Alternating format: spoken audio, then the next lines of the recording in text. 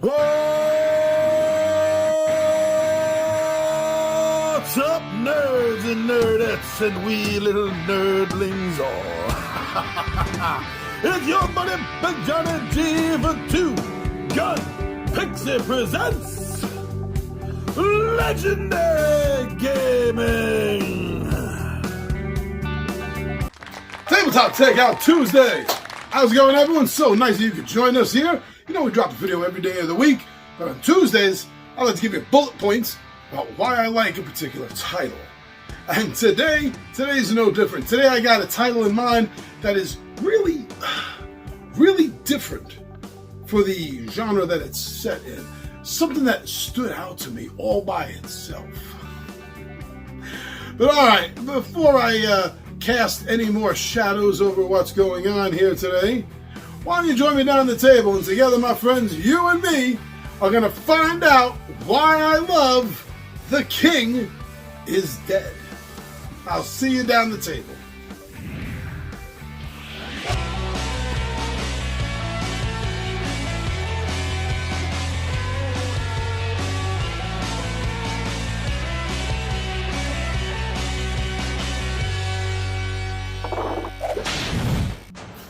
Man, I love King Arthur. I know I must sound like a broken record to some of my regulars, or if you just happen to be a King Arthur fan like me and you've watched any video of mine you can find about King Arthur. I know, I say this all the time. And I say it because it's true.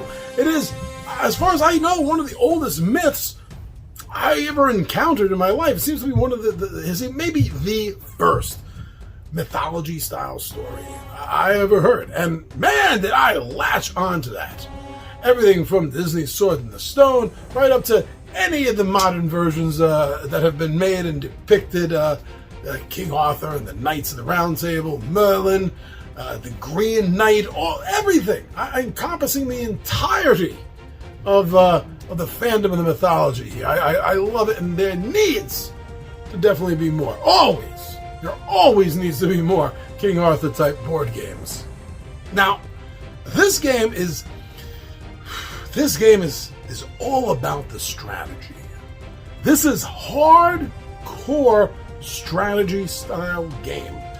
This is, dare I say, although it doesn't play the same way as far as the in-depthness and the planning, the thinking, strategy, this is kind of on the level, I dare say, with chess. This game is very intense, it's very hardcore, and it is not easily won at all, especially a first time, a first playthrough.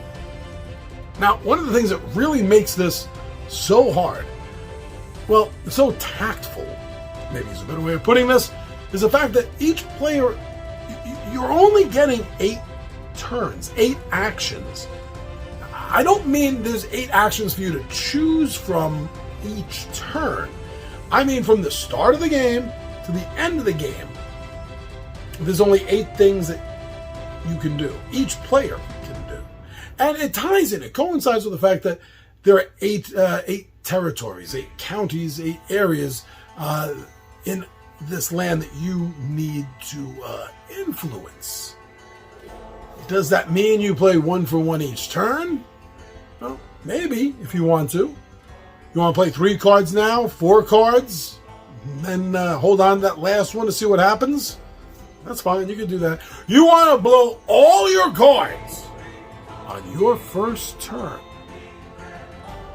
Well, you probably need to be checked by a doctor, but yeah, you can do that. Is this part of your plan, your strategy, and maybe it's just pure chaos? Yes, you can do it. But this is the main thing that makes the game so freaking tough from a strategy point of view. How can you not be interested in that, if not just full out love that concept? Now, this game plays up to 4, 2 to 4. I think it shines on 3. I think this game was really built as a 3-player game, that the 2 and the 4 was kind of just added on to. I'm not saying that's the truth. I'm not saying that's exactly how they designed it. That's the feel I get from this game itself. But no matter how many players are at that table, there's always going to be an AI player. I like this. There's always going to be the Saxons.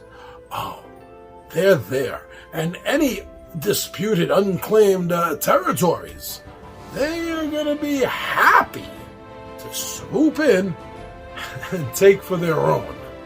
I gotta say, this game ultimately is probably rule-wise one of the easier games that I've ventured into. But as I've been harping on, no matter how easy these rules are to learn and to teach, this game is not... I mean, every game is about the rules, but this game is not really about the rules. This game is really about the strategy. This game is about how are you going to pull this off with only these 8 cards. Go! A little bit of tension there, I gotta say. Yeah, just a little bit. Overall, I gotta say that this, probably more than anything else here, is gotta be the thinking gamer's game. If you're into these style of games, these strategy-based games, these chess-like, tip-for-tap, back-and-forth games, I think you're going to want to take a look at The King is Dead.